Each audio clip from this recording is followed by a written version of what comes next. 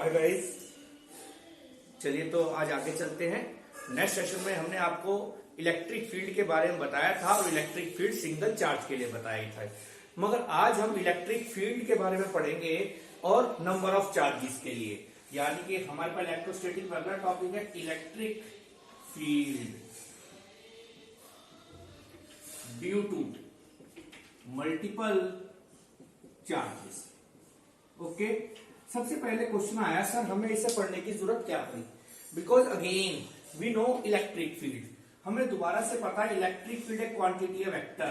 कैसी क्वांटिटी है? Vector quantity है, इसलिए हमें इलेक्ट्रिक फील्ड को पढ़ना पड़ा दोबारा मल्टीपल चार्जेस के लिए। सर अगर ये स्केलर क्वांटिटी होती तो क्या करते? स्केलर क्वांटिटी होती तो हम सबके लिए इलेक्ट्रिक फील्ड निकालते और सिंपल अलजेब्रा से ऐड कर देते, मगर वेक्टर क्वांटिटी होने की वजह से हमें यहां पर दोबारा से उस प्रिंसिपल का इस्तेमाल करना पड़ा जो हमने इस्तेमाल किया था फोर्सेज में, और नाम था सुपरपोजिशन प्रिंसिपल। ओके, तो नाम था सुपरपोजिशन प्रिंसिपल का, तो हमने स्टार्ट किया था फोर्सेज में, because forces also vector quantity और इलेक्ट्रिक फील्ड भी एक वेक्टर क्वांटिटी है। तो किसी को याद है statement of superposition principal? Yes sir, ये कहता था इट स्टेट्स दैट, यानी ये कहता था, क्या कहता था आपसे? It states that at any point due to multiple charges, due to multiple charges at any point, किसी पॉइंट पर बहुत सारे चार्जेस की वजह से, at any point due to multiple charges electric field is equal to the, किसके इक्वल है? Vector sum of all the electric field due to individual charges at that point. यानी कि वेक्टर सम था हमारे पास में, जितनी भी बहुत सारे चार्जेस वहां प्रेजेंट थे उस पॉइंट पर। तो हमारे पास सिंपल अगर मैं लिखूं मैथमेटिक्स टर्म्स में, that is total electric field at any point is equal to electric field due to first vector sum, electric field due to second, और जितने भी चार्जेस होंगे सबकी इलेक्ट्रिक फील्ड का वेक्टर सम होगा। ओके, एक्सप्रेशन में निकालेंगे, जब न्यूमेरिकल्स करेंगे तो उसमें भी हम इसे फाइंड आउट करेंगे। तो मैंने क्या करा, मैंने एक कोऑर्डिनेट बना दिए, X axis, origin and Y axis. We place a number of charges. मैंने कहा सबसे पहले चार्ज यहां पर है Q1, और इस Q1 का पोजीशन वेक्टर दिखा दिया, position vector is R1 vector. Okay, second charge is Q2 having position vector R2 vector. Okay, and there are so many charges, और मैंने कहा we find out the electric field at point P। Okay, we find out electric field at point P। हमें P पे electric field निकालनी है, मगर निकालने से पहले ये कंडीशन याद रखिएगा, नोट की सबसे इंपॉर्टेंट है, where we calculate electric field, यानी जहां पर भी हमें इलेक्ट्रिक फील्ड निकालनी हो, आप एक काम करेंगे, assume unit positive test charge over there. ठीक है, तो एज्यूम करेंगे unit positive test charge over there. Question आया sir unit positive test charge ही क्यों? बिकॉज, क्यों मैं बता रहा हूं वाई। क्वेश्चन है सर वाई, क्यों हम यही क्यों है? Because magnitude of this charge is 1, यानी इस चार्ज का मैग्नीट्यूड 1 है। सर 1 होने से क्या फायदा है? 1 होने से फायदा है it does not affect the electric field of all charges, यानी ये बाकी चार्जेस की इलेक्ट्रिक फील्ड को अफेक्ट नहीं करती। अगर ये खुद अपने आप में कुछ ना कुछ चार्ज रखता तो इसके लिए भी इलेक्ट्रिक फील्ड बनती, तो मैं नेट इलेक्ट्रिक फील्ड जो आती वो अप्रॉक्स में आती, कंप्लीट ना आती। सर दूसरा फायदा, हाँ जी, it give the direction of net electric field, और दूसरी चीज ये नेट इलेक्ट्रिक फील्ड की डायरेक्शन देने का भी काम करेगी। तो now we find out the electric field at point P due to multiple charges. बहुत सारे चार्जेस थे, उसकी वजह से पॉइंट P पे इलेक्ट्रिक फील्ड निकालनी थी। हमें इलेक्ट्रिक फील्ड निकालने का सिंगल चार्ज के लिए फॉर्मूला भी पता है, मगर ये क्वांटिटी है वेक्टर, तो डायरेक्शन चाहिए। तो डायरेक्शन के लिए हमने एक पूरा कंप्लीट माना यूनिट पॉजिटिव टेस्ट चार्ज। इसने कोई इफेक्ट नहीं करा इलेक्ट्रिक फील्ड को, क्योंकि इसका मैग्नीट्यूड कितना है 1, मल्टीप्लीकेशन करेंगे 1 से तो कोई फर्क नहीं पड़ता। दूसरा, ये इलेक्ट्रिक फील्ड की डायरेक्शन देने का काम करता है, इसलिए हमने माना। और मैंने कह दिया इसका यहां से यहां तक जो पोजीशन वेक्टर था वो आर वेक्टर था। ओके, चलिए देखते हैं क्या होगा। अब हम इसका डेरिवेशन करते हैं। तो ये हमने आपको दिखा दिया, हमने बहुत सारे चार्जेस ले लिए Q1, Q2, Q3, Q4 and at point P find the electric field. और जहां पर भी इलेक्ट्रिक फील्ड निकालेंगे assume unit positive test charge over there. Why? Because magnitude of this charge is 1 which does not affect the magnitude of electric field due to number of charges, and the second, it give the direction of net electric field की direction देने का भी काम करेगा। आइए चलते हैं derivation पर। अब हमने क्या किया, सबसे पहले हमने लिखा according to Coulomb law between Q1 and test charge, और वो भी मैंने वेक्टर फॉर्म में लिखा, इन vector form.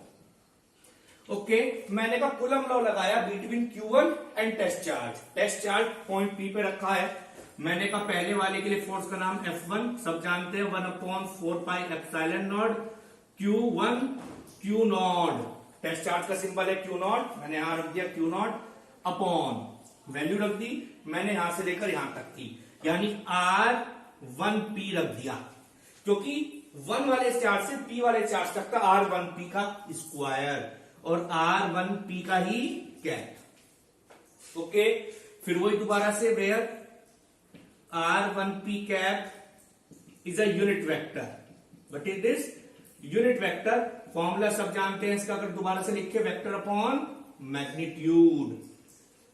Vector R1P vector upon R1P only magnitude. अगर मैं यहां पुट कर दूं तो फॉर्मूला देखिए क्या बनेगा, therefore F1 vector equals to 1/4 pi epsilon naught K Q naught upon R1P cube R1P vector. Okay, ये तो आ गया कूलम लॉ से फोर्स, मगर हमें फाइंड आउट करनी है इलेक्ट्रिक फील्ड। तो मैंने लिखा at point P electric field due to Q1 charge is, electric field को वेक्टर फॉर्म में लिख दिया, E1 vector F1 vector upon test charge. Okay, formula था आपके पास में, आपने बस Q नोट को यहां से हटाया तो E1 वेक्टर आ गया 1/4 pi epsilon not Q upon R1P cube R1P vector. Okay, अगर हम इसकी डायरेक्शन की बात करें तो ये पॉजिटिव और हमने लेट किया ये भी पॉजिटिव, तो this one is the direction of E1 vector. Okay, तो डायरेक्शन हमने फिगर में दिखा दी, हमने लिख दिया direction is shown in figure. Okay, तो डायरेक्शन हमें इसकी फिगर में ही दिखा दी। अब हम इसमें आगे चलते हैं। मैंने कहा सिमिलरली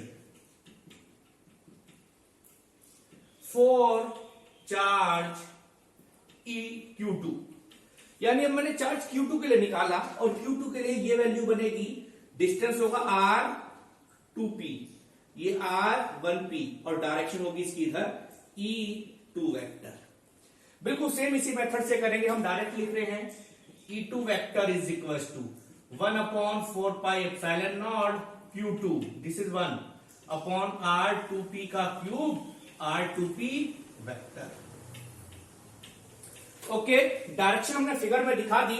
अगर हम बहुत सारी फोर्सेस निकालते चले जाएं तो En के लिए वैल्यू क्या बनेगी, En equal to 1/4 pi epsilon naught Qn upon RnP cube RnP vector. बहुत सारी फोर्सेस आ गई, हमने थर्ड नंबर ले लिया। ओके, तो यहां पर नेट जो होगा वो इन दोनों का डायगोनल होगा और डायगोनल से हमारी नेट फोर्स आ जाएगी। मैंने 2 के लिए निकाला मगर मैं En लिख रहा हूं। ओके, चलिए तो मैं इसके नेट आंसर निकाल देता हूं और नेट आंसर यहां लिख देंगे इसका। तो therefore according to superposition principle, we know the value of superposition principle, total force at any point equals to force due to first plus force due to second and so many forces, electric field sorry 1/4πε0 common, अंदर बचा पहले वाले में Q1 R1P vector upon R1P cube plus Q2 R2P vector upon R2P cube and so on. Okay, मैं इसको rub कर देता हूं। तो वैल्यू बनी total electric field equal to, we write down K summation I equal to 1 to n, जितने भी charges होंगे, okay, Q I R I P vector upon R I P cube. Okay, तो this one is a net electric field due to number of charges. तो हमने net electric field निकाल the number of charges के लिए। अगर हम इसे position vector के टर्म्स में निकालें तो हम उसे भी निकाल सकते हैं, कोई बड़ी बात नहीं है। तो हमने लिख दिया इन टर्म्स ऑफ पोजीशन वेक्टर। चलिए मैं एक पोजीशन वेक्टर के टर्म्स में निकाल दूं, इसके टर्म्स में अगर निकाल दूं तो मैंने कहा इन ट्राइंगल O1P, क्योंकि O से दिस एंड दिस से दिस, ठीक है। Use which law? Triangle law. सब जानते हैं ट्राइंगल लॉ में O से 1 वेक्टर प्लस 1 से P vector is equal to O से P वेक्टर। O से 1 से P, because this point is P, equal to this value of this is R1 vector plus इसकी वैल्यू आपको निकालनी है 1P वेक्टर, इसे आपने चलो R2 वेक्टर। तो यहां से आपके पास R1P वेक्टर कितना आ गया? R2 vector minus R1। Okay, बस वैल्यूज पुट कर देंगे तो in terms of position vector आ जाएगा E equal to K summation I equal to 1 to n QI upon R vector minus R I vector cube और R vector minus R I vector आपके पास this one is in vector form. तो यहां पर आपने superposition principle का इस्तेमाल करके इलेक्ट्रिक फील्ड फाइंड आउट करी due to number of charges. और नंबर ऑफ चार्जेस में जहां पर भी इलेक्ट्रिक फील्ड निकालेंगे वहां पर आप एज्यूम करेंगे यूनिट पॉजिटिव डैश चार्ज। उसका रीजन भी हमने आपको बताया। तो इसी के ऊपर अब हम अगले सेशन में न्यूमेरिकल्स करेंगे, इसके बारे में न्यूमेरिकल्स लेके चलेंगे जिसमें इसे अप्लाई करना सिखाएंगे, how we apply superposition principle और electric field due to number of charges. Thank you very much.